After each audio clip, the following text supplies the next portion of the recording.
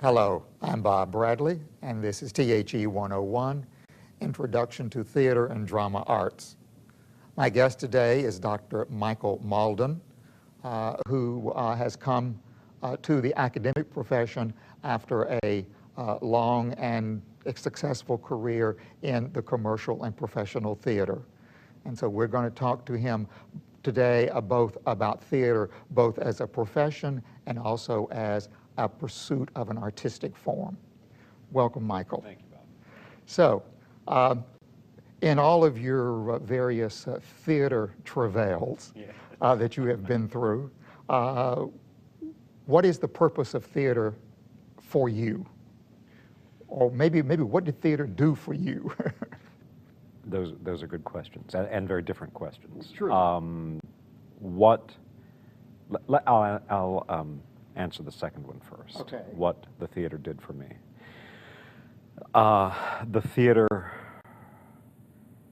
showed me as a young, really as a child, because I started out very early in it, a world that I never knew existed, a world of literature and creation and imagination and extraordinary freedom, which, growing up in a small southern town, one isn't often witness to.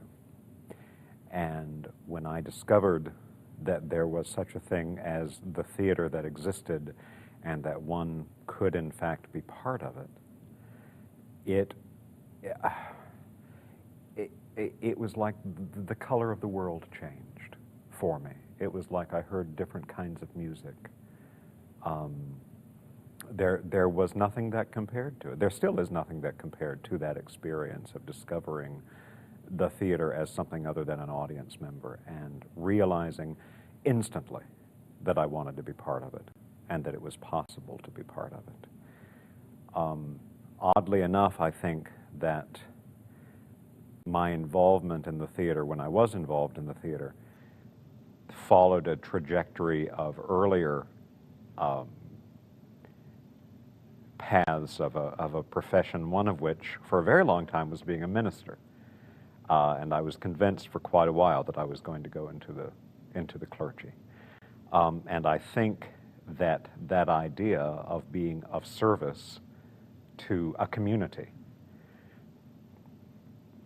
was one of the reasons that I went into the theater. And I think that's one of the things that I held from my various youthful professions of wanting to be either a doctor, the other kind of doctor, you know. Okay, let me back up because you said that you discovered in a small southern town. Yes. Now, was this film or was this theater? This was theater. And I'm making a distinction between the two. I understand. Because most small southern towns don't necessarily have theater, they usually have film. Right. Did you come to film first or what? Well, I mean, I suppose all of us are probably, at least of a certain generation, are introduced to film and or television first. I mean, that's our first introduction to acting, although I'm not sure that we really perceive it as such, because it's such a constant part of our lives, and at least in the house that I grew up in, the television was on all the time in various rooms. So I'm not even sure that we perceive it as performance. Of course, it's interesting now because there are, you know, very popular kinds of television which are, well, at least purported to be non-performative, the sort of real life, you know, which is another very interesting phenomenon, I think. But no, it wasn't really film that grabbed me. It was the theater. I mean, I can remember. Okay. Can you remember what was the first experience? Do you remember? Or what was the one that makes the first impression? Maybe we'll go either way. Well, as an audience member or as a performer? I think let's start with, I don't know, which is your earliest? Well, my earliest memory is as a performer, and it's evidence of petty actor jealousy from very early on. I can remember in the first grade, in Mrs. Brown's first grade class, and there was a small skit that we actually had to audition for. And I didn't get the lead. And I was crushed and angry and jealous. Now that was before I knew that I was going to go into the theater, but I thought, I haven't changed a bit. Haven't changed a bit. Still the same. Still as petty and jealous as always. Well, okay, as an audience member then, when did you become aware of the power? Time, because we did have certain, we had certain touring groups that would come into various, like the community college in our town. They would do those little tours and things that they would bring in. And of course, there were local productions from high schools and things. I really think that the first time, oddly enough, that I watched a play that I thought, this is something out of the ordinary, this is an extraordinary creation, was a union tour. It wasn't a Broadway production, but they had a number of people who had been in the Broadway cast of Irene, the musical. And I cannot remember the actress who played the lead. I suspect it was probably a woman named Patrice Munsell, because she was sort of the queen of the B tours back then. But it was so well produced, and everything went so flawlessly on stage, and it just didn't have that sort of tattered seediness that you get, with a lot of those tours going around, and of course the expected amateurism of amateur productions. That was the first full-fledged, fully mounted, in my memory anyway, exquisitely produced production that I thought, they're doing something that I don't know how to do. And I think that's what it was, is that they were so extraordinarily good at what they did. The acting, the singing, the choreography, the sets, the lights, the costuming, everything was out of the ordinary. And it was another kind of world up there. And I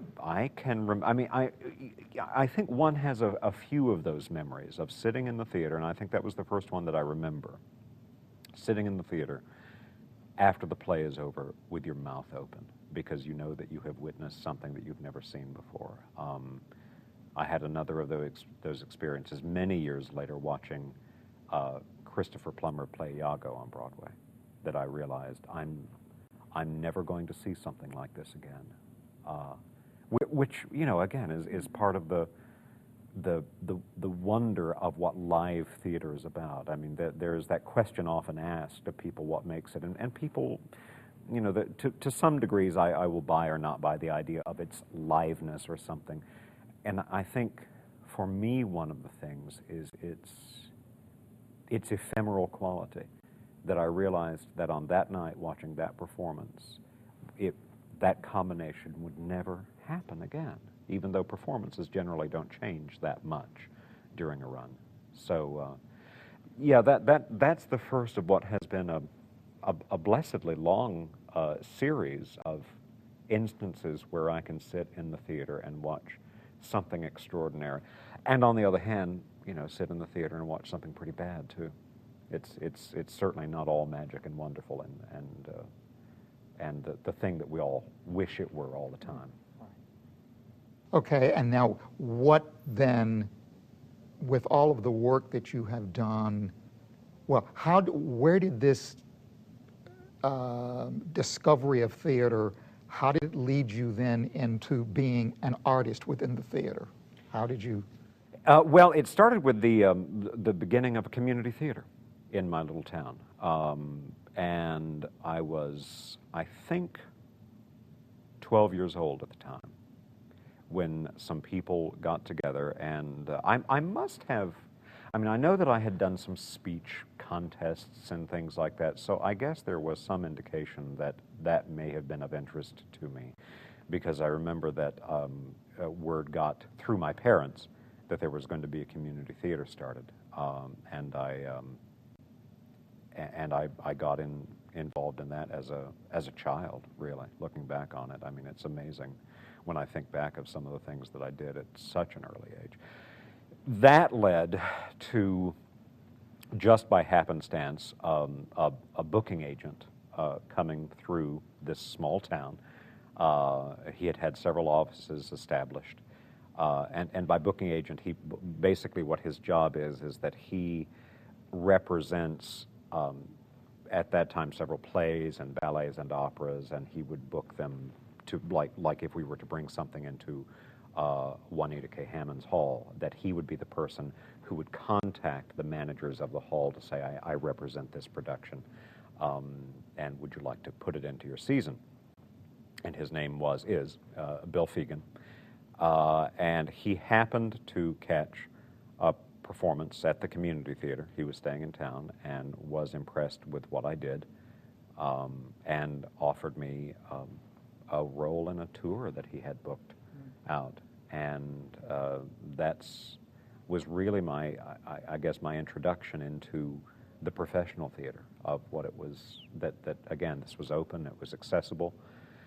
And early on, I had the great good fortune of working with a number of older actors, really the kinds of actors that I don't think one sees very often anymore, who have a real sense of tradition and legacy and regard for where they come from what their legacy is in the theater. And they were more than happy to, through a series of, whether it was gossip or games that they would play or practical jokes, of handing down that legacy that had been handed to them to a younger generation of actor. And I still think that was one of the most beneficial experiences that I've had through a series of productions over the years, of being involved with a generation of actor which is really, I think, now past. It really has. That we don't seem to have that kind of feeling among the acting community much anymore, of handing down what I always thought of as a folktale, the legacy of the actor. So after I went to college in Florida for my BA, I went to college in Florida, and then I moved to Minneapolis, and I was involved with a regional theater company called the Guthrie up there for a few seasons. And then I did a series of tours and regional theaters, and then I went to New York, and that was, it was at a time in my own life anyway where I thought, it's either going to happen now, because I had a fair amount of success as an actor. I mean, I wasn't wealthy, but I was sustaining myself as an actor. But I thought, I think this is the time. If I don't do it now, I'm going to get very comfortable, probably, and the older I get, it may be more difficult to make the decision. So I moved there, and was there for almost 15 years, and had a variety of successes and failures, as one does, in acting and directing and teaching and that sort of thing. This is all, I suppose one would say, a kind of the practical aspects. At what point or when did you know that you were vitally interested in the theater being an art form, or that you wanted to examine more closely, or where did this enter in? I think that those seeds were planted I mean, looking back on it, that's a very good question. Looking back on it, I think that the early seeds of that were planted by being around these older actors that I had mentioned, who were not embarrassed to be actors, with all the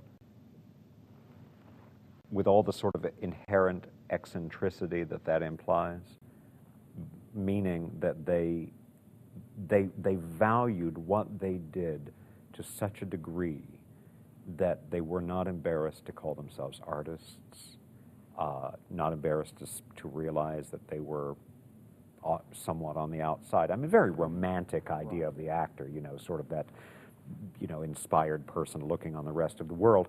But, I do think that it does lend an importance, even a spiritual quality to what you do. I mean, they would take their work so seriously but that doesn't mean solemnly. You know, there was always a great deal of fun involved and playfulness, but always civility. And that's something that I think I also miss a great deal about what I consider to be a past generation of actors, that the extraordinary civility among the acting community. So I think that was probably the beginning. At least those seeds were there. I probably wasn't aware of them, but at least they were germinating. That there was something more to this thing called theater than just diversion and just entertainment. And I mean, that's always been a part of it, but something more than that. But I really don't think that it was until I had lived in New York for a few years, and this would have been during the early to mid-'80s, and the kind of theater that was happening in New York, and particularly on Broadway, had rapidly turned into overt commodity. Not that it hadn't always been, but this was one of the first times I think that there was no pretense that the theater, the commercial theater at least, was trying to be anything other than a product, just like any other product that you would buy at the supermarket. The guaranteed long run, for example. I mean, that we think of this now as just this is the way theater is done, but I still remember the phenomenon of Cats coming into New York after its London run, and it already having been guaranteed a 10-year run. Now that at that time that was unheard of, absolutely unheard of. So I think that it was my increasing exposure to the theater as a business,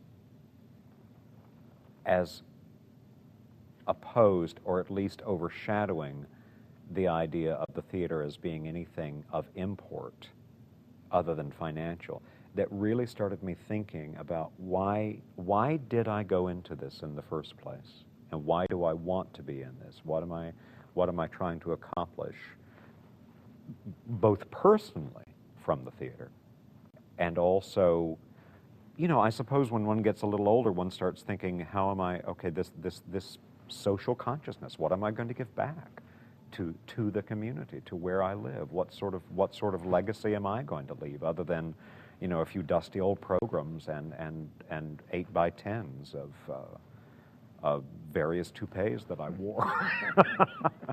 So I think that's when I really started thinking about what involvement in the theater really meant to me. And the more that my agent would call and say, you know, Michael, you have to go to this party tonight because there are people you have to meet, or, you know, all the daily things that one does. I mean, anyone who has seen a series, I believe it's on Bravo, called The It Factor, in which follows, I think, 10 actors for 10 weeks in New York, and it follows what their daily existence is and the kinds of things that they're auditioning for. I mean, that, to me, that's a real wake-up call of what the theater has become,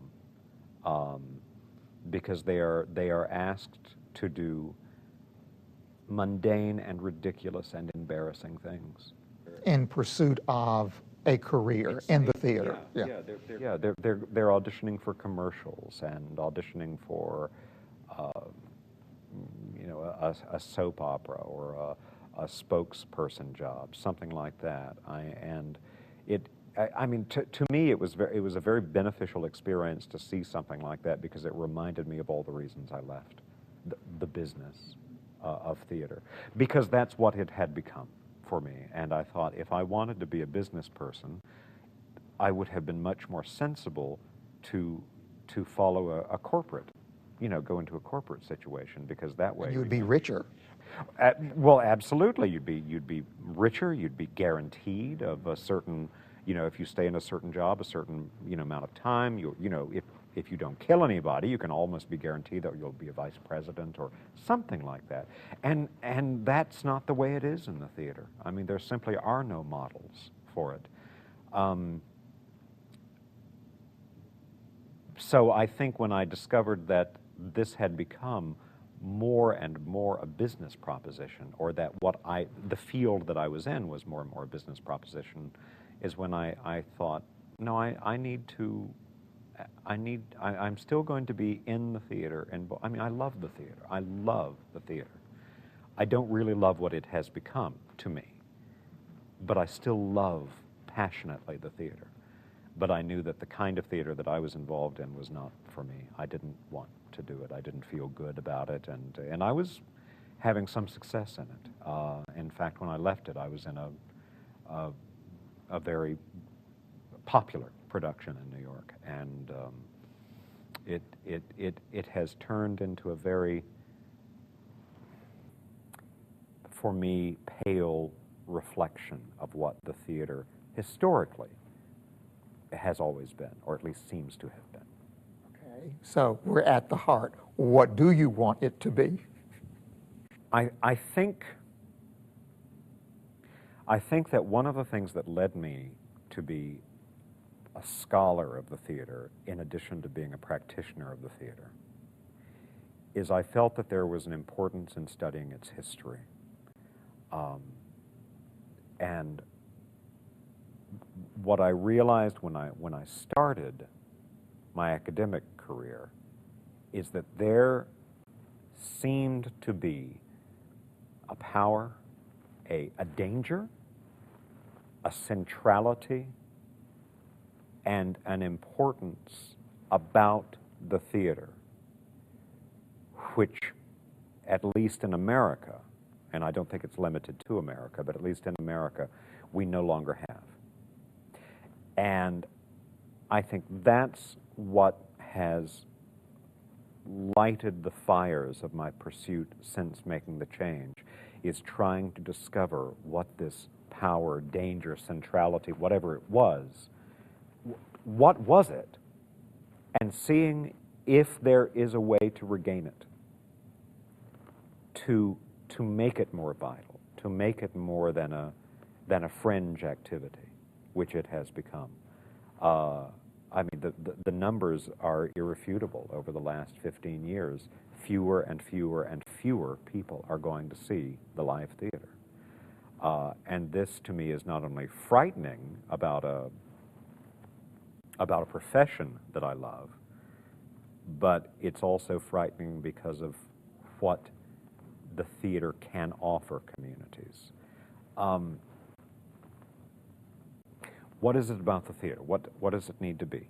I guess I can go back to one of the very first, if not the first, recorded attack on the theater by Plato in the Republic, in which, you know, he's sort of hypothesizing about this ideal society, and, you know, if...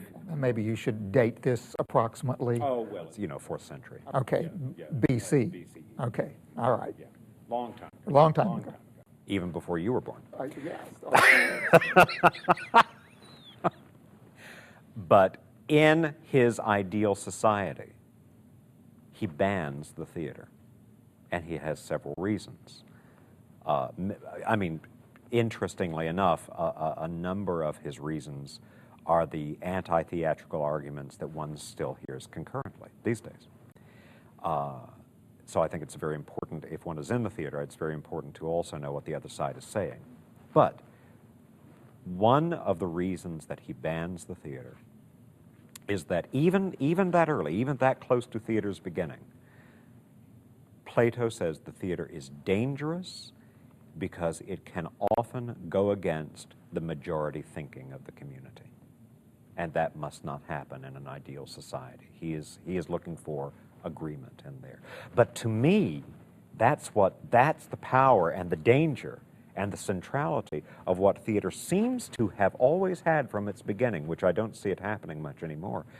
It has always had the power to engender critical thought and critical thinking in its audiences, very often by voicing a minority view or an unpopular view, or making one question, as Aeschylus does, and certainly as Euripides does all the time, making one look at how the world or how your community is, and making one really ask, do you believe this is the way to do it? Are we right? And I mean, to me, how can one know what they believe in until those beliefs are challenged? It's not necessarily to tear those beliefs down, but it's to question make the audience think, do you really believe this? Or are you just following what you've been told you're supposed to believe? And that's one of the main reasons Plato bans the theater from his community, is because of that kind of power and that kind of danger. Now, sadly for me, the theater seems to have abnegated that responsibility that one rarely hears on any major scale, an argument against the theater because it, questions majority opinion. And so that I think that's one of its great powers, which again is not to say, and it's like Brecht. I mean, Brecht very carefully points up that he says any theater that's going to be useful also has to be entertaining. It has to be, or it's not going to work. But I think we, particularly as Americans, I think we love to categorize things. And so we can say theater can either be good for you or it can be good. It can't be both. But of course, all the people in the theater realize, or the major thinkers throughout the ages realize, that of course it has to be entertaining if it's going to have any effect at all. But unfortunately, I think what we have done, largely, is we have made it a creature of pure entertainment, pure diversion. I mean, even that word. I mean, when the Greeks, I mean, it's a Latin word, but later on when it was turned into entertainment, it comes from two words, interdisciplinary, to hold between. To hold between. That recognition that the theater has this power to engage, and engage in extraordinary ways, so that when it's there, it's almost, for me, almost tangible force that you have between an audience and between performer, or between viewed and viewer up there. But I think generally if you ask anyone what they think of, as far as entertainment, or what does entertain mean, it means to have fun, to provoke laughter. And again, there is nothing wrong with fun and laughter. I adore hearing a great roar, but that's what we have reduced the definition of it to. And I think largely that's what we've reduced the definition of theater to, a great deal. So as a very long-winded answer, that's my pursuit, and I think that's my pursuit for the rest of my life, is what I have gained as a scholar of the theater, and realizing that I think the theater had an inestimable power on both its audiences and for its detractors, and seeing what I might do to now as a professor of theater, what I might do to train future generations of theater practitioners to try and gain some of that power back. I mean, I know it's an old joke about how the theater is dying, and there are a lot of people who make fun of I guess us doomsayers about it, but I do feel very strongly about that, and I think that the figures bear me out. I mean, it's pretty much irrefutable that the theater is becoming,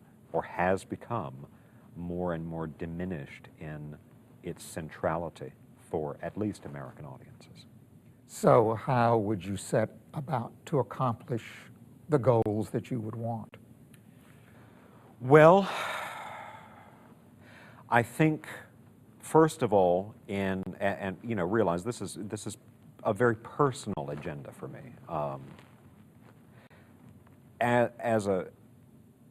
As a trainer, or as an educator of future generations of theater practitioners, or critics, or even just audience members, I think it's very important for me to try to paint a very realistic rather than idealized viewpoint of what the theater has become. again, realistic in my terms. You know, we all have our own viewpoints of what's really going on out there. But again, for me, I think we are in deep trouble. And I don't see any reason to try and hide that fact, because I find it to be in a state of emergency if we're going to do anything about it. So I think one of the most important things for me is to train future generations of theater practitioners to realize that there is something wrong with the machine. The machine clearly has not been working for a while. So why don't we try and train them in ways to fix this broken machine, rather than just train them into how to fit into this broken machine, how to be a cog into a clock that doesn't work anymore. So for me, many of those tools are founded in the things that excited me, the legacy of the theater, the history of the theater, the literature of the theater, which is, you know, still, even though I know there are myriads of different kinds of performance styles and genres out there, the literature for me is still the basis of what we do. It's our starting point. Being familiar with what our different shifts in thought about the theater have been, and the realization that theater, up until now, seemingly, has never sprung from a void, if you know what I mean, that it has been part of its community in some way. It's either been in agreement or disagreement with what's going on politically, socially, economically, sexually. You know, it has been either a voice of subversion or agreement throughout history about that it comes from something. So also the understanding of what it was about the context of these plays and these movements that made it's important. To try and gain that sense back that theater is part of a greater community rather than just its own separate, sort of ghettoized entity.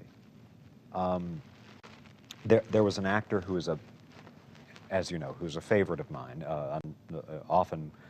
often referred to as the greatest actor that America has produced, is Edwin Booth, a 19th century actor. He realized this when he founded something called the Players Club in New York.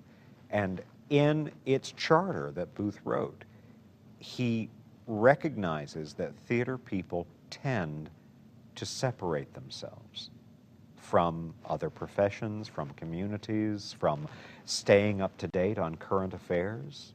I can't tell you how many times I've asked in classes, you know, if people are aware of what's happening in the news or something, and they're not. But this was Booth's realization, and that was his reason. One of his reasons for founding the Players Club is that at any given time, I think it's only 15% of the membership can come from the theatrical profession, and the rest of the membership must come from other professions, because he wanted to force his fraternity of actors to engage themselves with people outside the profession, to instill that idea of connectivity, and also to introduce people outside of the theatrical community with actors in a way of, at that time at least, trying to relieve some of the stigma of the profession itself. So I think that would be one of the main things that I seem to be engaged in, is trying at least to instill the idea that the theater has a long and noble history, but something seems to have changed about it. And I think it's only because of my intense and, to this day, undying love for the theater that I can sometimes be so upset about what I feel has happened to it, that it seems to be so lacking in importance, not just to audiences, but I think also to practitioners. In many ways, I feel that we have done this, that we have taken a stance of diminished importance to what we do, and therefore, why would anyone else think that we're important? I would find it very unusual if you were to ask any other student in another profession, such as the medical field or architecture or the sciences, if you were to ask them what they do, you know, they would probably not only tell you what they did, but they would tell you the importance of what they do and why it's vital that they're going into this profession and what they can do with it. You know, if you're asking a medical doctor or an architect who's going to achieve, you know, and trying to change the landscape of our community. One rarely gets that from theater students, a sense of importance and real devotion to why they're doing what they're doing. And again, perhaps that's why, perhaps that's a result of us looking at it as primarily a commodity, that they are seeing themselves as something that points, basically a prop that's going to point to a box of cat food and say, you need to buy this. We have discussed, I think I could say what we've done is we've discussed the theater as a political instrument, yes, as a social instrument, but we also, I think, have to realize the theater is an art form, and that we are drawing on our creativity somehow or the other to create this art form, and we should not be embarrassed by this. Absolutely. How I guess I should say, how do you view, or what do you view the theater as an art form, or what is the nature of theater as art for you as a creative artist? I'm not sure I follow the question, but I'll try. I suppose let's discuss theater as an art form, right, rather than political or social. But what do we mean when we say the theater is an art form? Okay. Good. Thank you for that. Yeah, that's a very nice distinction. Well, again, I can only tell you what it personally means for me, and what my own studies and reflections and practices have been, realizing, of course, Bob, that, you know, when I started out, I was very much a traditionalist, very much. I mean, you know, doing musicals and Mary Mary, and you know, I mean, I come from a very traditional, if that word even means anything anymore, theater background. So I am well steeped in the canon, in the canon.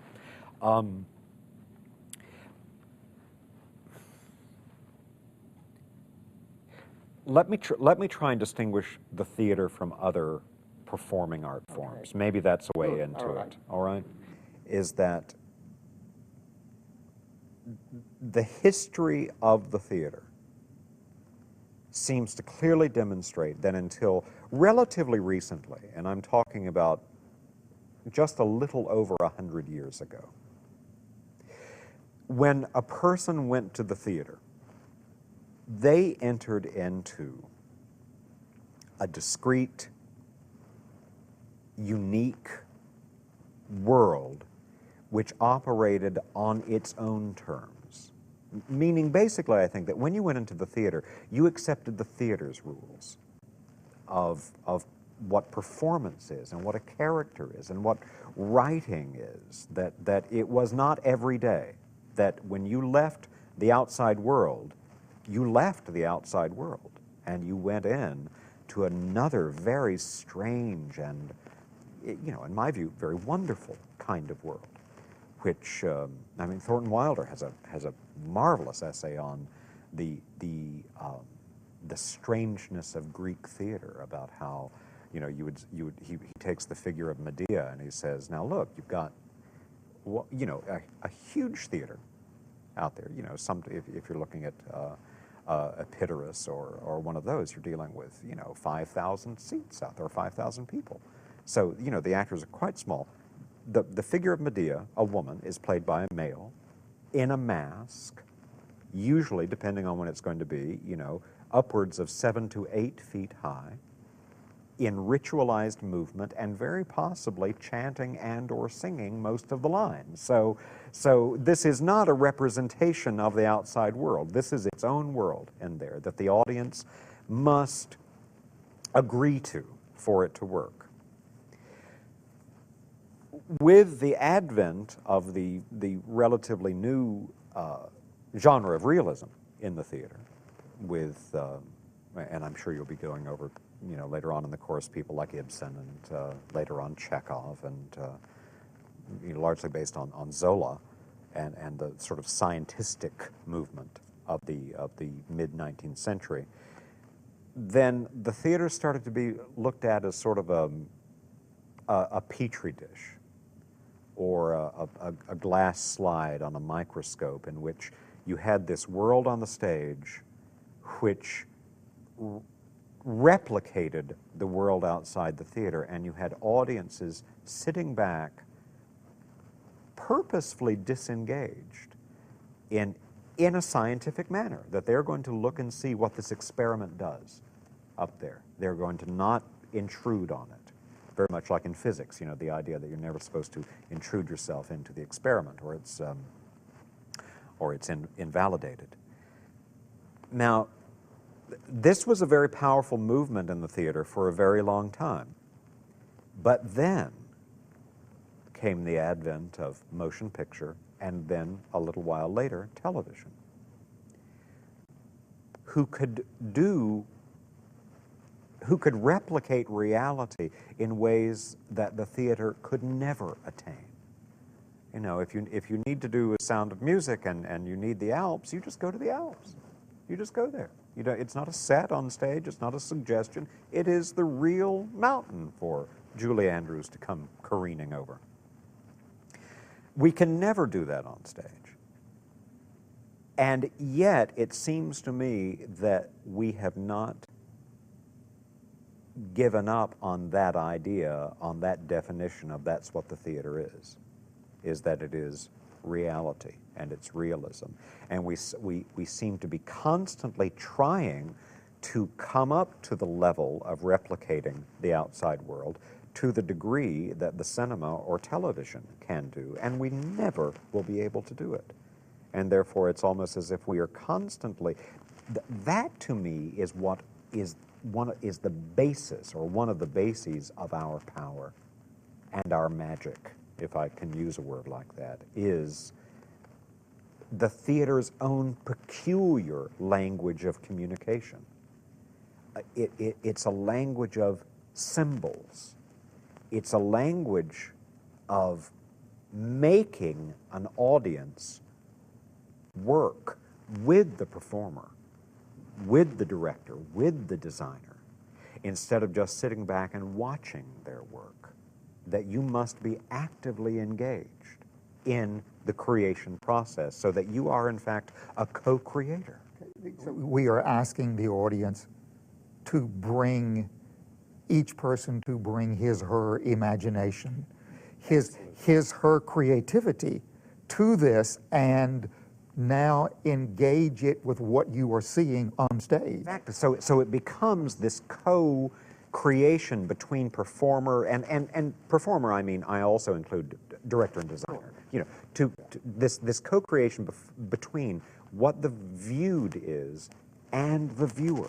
That it's not complete up there. It requires the viewer's actuation. It requires the viewer's participation in the event to create something more than what either of them can do by themselves. Unfortunately, I think with the advancements of stage technology and the amazing things that we can do on stage these days, again, we seem, in my opinion, to have this wrong-minded idea of trying to replicate what basically what the lens can do much more than we can do. But the more advances we make in technology, we seem to be going further away from what the true power, again, in my opinion, the true power of what the theater can do. I was just reminded the other day, there was a local news broadcast about a theatrical event in town, in Springfield. And quite, I know, without any intention at all, it's certainly no malicious intention, the broadcaster had some lead in to the story like, you know, don't know what to do this weekend? How about an evening of theater? Pronouncing it like that, the theater. And somehow I think that we have gained that stigma of if we want to be artists, and if we want to see the theater, to know what its real power is, which again, in my estimation, is its own specific language, a language with a very long legacy. You know, I mean, we're talking upwards of 2,500 years. I mean, the theater is one of the, if not the earliest, documented entertainment forms that we have. And it's always had its own peculiar way of communication. But it seems to me that we have stigmatized ourselves, that if we practice that kind of approach to it, that then it becomes the theater, you know, and it's this sort of artsy, elitist thing, which I find very unfortunate, you know, and I find very unfortunate that even practitioners of the theater, again, are so hesitant to even think of themselves as artists. They see themselves, I don't know what they see themselves as, but I would think that artist, or the creation of art. I'll tell you what, I rarely hear anyone involved in the theater talking about it, or I'm talking about theater students, and even faculty to some degree. One rarely hears words such as beauty, or aesthetics, or even good old standard bywords like catharsis. You know, one rarely hears that kind of language applied anymore by practitioners of what we do. And when we lose the idea that we have that kind of power, well, then maybe it is time that we see it go away. Maybe it is time. You mentioned catharsis, which is a term that shows up in Aristotle, and Aristotle, to some extent, was attempting to, I don't know, we'd say refute, but at least to give another view of the Plato view that you gave earlier. And there are many different ways in which one can think of catharsis, and certainly there have been many explanations. Yes. But transfixing in some way, I think, is one way of looking at it, and that is that the theater can be a transfixing experience for us. And it doesn't, well, I suppose we could say that somehow once we come out, we are changed as human beings. Ideally, yes. Yes. It may be small. It may be just by realizing our life is a little richer than it was before. Awesome. That we have been enriched in some way or the other. That the theater experience can make us view things around us differently. That all of those are ways in which the theater can remind us of its power. Yes, yes. That's such a good point. And I would much rather, I know this is going to sound odd, but I would much rather someone go to a production with which I've been involved and leave it hating it. Hating it. Now, I'd much rather they leave loving it, you know, and go, oh, that was brilliant, and, you know, thank heaven that Maudin came around, but, you know, but I'd much rather them leave furious than leave the theater going, oh, that was okay. I wonder if I can still get pizza.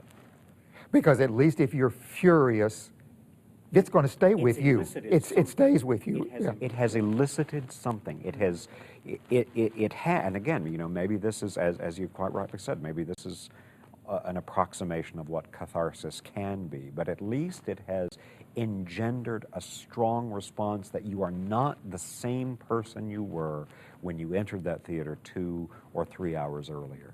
You know, you are different. And to me, there's no better testament to the power of theater than having people argue about it as they leave the theater, because that means the experience hasn't ended. The curtain may have come down and the actors, if they do, take their bow, but that experience is still in progress. And that to me is what we have always done, is that we have elicited that kind of community argument, that kind of community debate. We get things out into the open, or we question what's right and what's wrong. And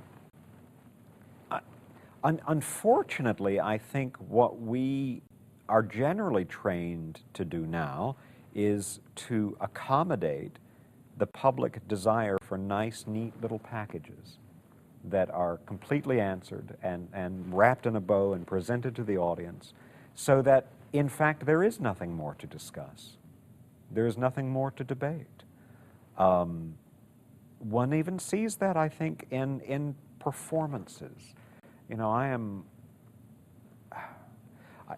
I guess I can't help but looking at the theater through this sort of nostalgia, because so much of the history of the theater is based on the history of extraordinary performers, extraordinary actors. That has always also seemed to be part of the centrality of what the theater is that the theater is an actor on a stage with an audience. And you hear, you hear stories not only of, going as far back as, Thespis and Roscius, but, Garrick and Siddons and Booth and, even in our generation of Ethel Merman and Eva Le Gallienne and people like that who just seem to have this extraordinary, indefinable presence, this indefinable, ephemeral something that you could go, when it was affordable to see a Broadway play, you could go again and again and again and see Merman do Rose's Turn, and somehow never tire of it, because there was always something that you couldn't quite put your hand on, but it wouldn't let you go. I know I'm probably going to get into trouble for saying this, but I don't know where those kinds of performances are anymore. I don't see them anymore. I see a lot of big, lavish, technically advanced, brilliantly designed productions. But I'm not sure I can remember the last time. Well, I can actually remember the last time I've seen something, but it's been a while, and it was with an older generation of actor.